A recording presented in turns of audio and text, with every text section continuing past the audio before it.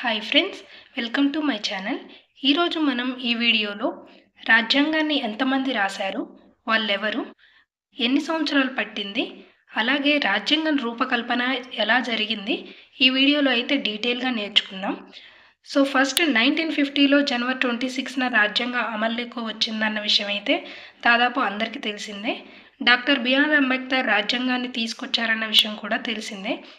కానీ అంబేద్కర్ ఒక్కరే కాకుండా రాజ్యాంగ రూపకల్పన వెనక అయితే ఇంకా చాలామంది ఉన్నారు.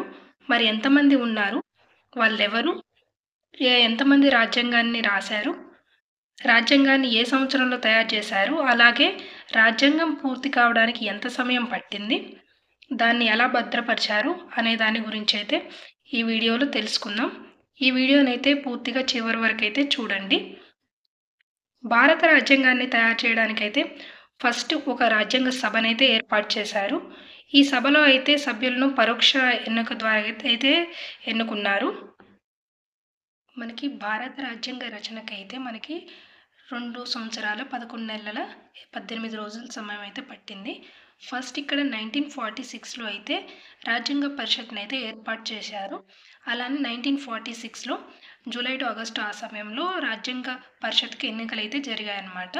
సో ఆ ఎన్నికలప్పుడు రాజ్యాంగం మొదటి సమావేశం అయితే మనకి ఢిల్లీలో ఇప్పుడు పార్లమెంటు భవనపు సెంట్రల్ హాల్లో అయితే 1946 డిసెంబర్ 9th రోజున మనకి ఈ సభ మొదటి సమావేశం అయితే జరిగింది. ఈ సభలో అయితే మనకి మొత్తం 211 మంది అయితే ఈ సమావేశానికి హాజరయ్యారు. అందులో 9 మంది మహిళలు కూడా ఉన్నారు.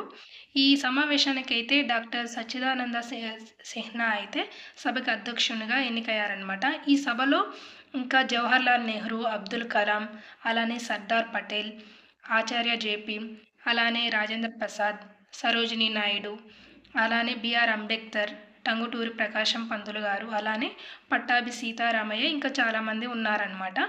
అయితే దాని తర్వాత ఈ డిసెంబర్ 11th రోజు 1946లో కూడా సభ నిర్వహించారనమాట. అక్కడ రాజేంద్ర ప్రసాద్ గారు అయితే అధ్యక్షునిగా ఎన్నికయ్యారు.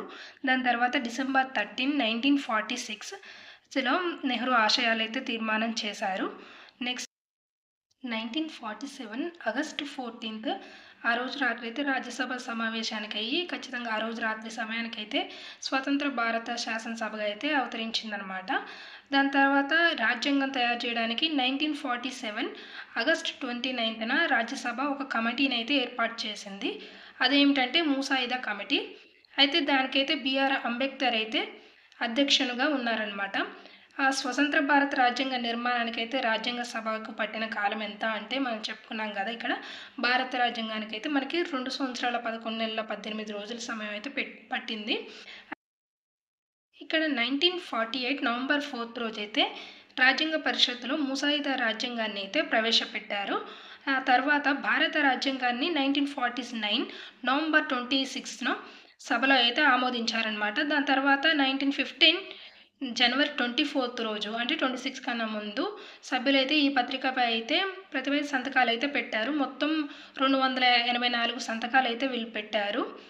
దాని తర్వాత ఇక్కడ 1950 జనవరి 26th రాజ్యాంగం అయితే మనకి అమల్లోకి వచ్చింది. ఆ రోజైతే రాజ్యాంగ సభ అయితే రద్దయ్యి భారత తాత్కాలిక పార్లమెంటుగా అయితే మారింది. దాని తర్వాత 1950లో జరిగిన మొదటి సాధారణ ఎన్నికలు ఉంటాయి కదా, తర్వాత కొత్త పార్లమెంట్ వచ్చేంత వరకు కూడా ఈ తాత్కాలిక పార్లమెంటే అందుబాటులో ఉంది. ఇక పార్లమెంట్ సెంట్రల్ లైబ్రరీలో అయితే మనకి ఈ రాజ్యాంగాన్ని అయితే మనకు భద్రపరిచారనమాట. రాజ్యాంగం మొత్తం మనకి బుక్స్ కానీ కాపీస్ కానీ 3 అవన్నీ అయితే మన పార్లమెంటు సెంట్రల్ లైబ్రరీలో అయితే 3 వేరు గదుల్లో అయితే దాచుంచారనమాట. ఈ బుక్స్ని అయితే మనకి అంటే పాడవకుండా వీటిని అయితే మంచి హీలియం బాక్సెస్లో అయితే పెట్టారు. సో ఇది భారత రాజ్యాంగం యొక్క రచన, దానికి సమయం పట్టిన కాలం అనమాట. ఈ వీడియో కనుక మీకు నచ్చినట్టయితే తప్పకుండా లైక్ చేయండి, అలానే సబ్స్క్రైబ్ చేసుకోండి. Thank you.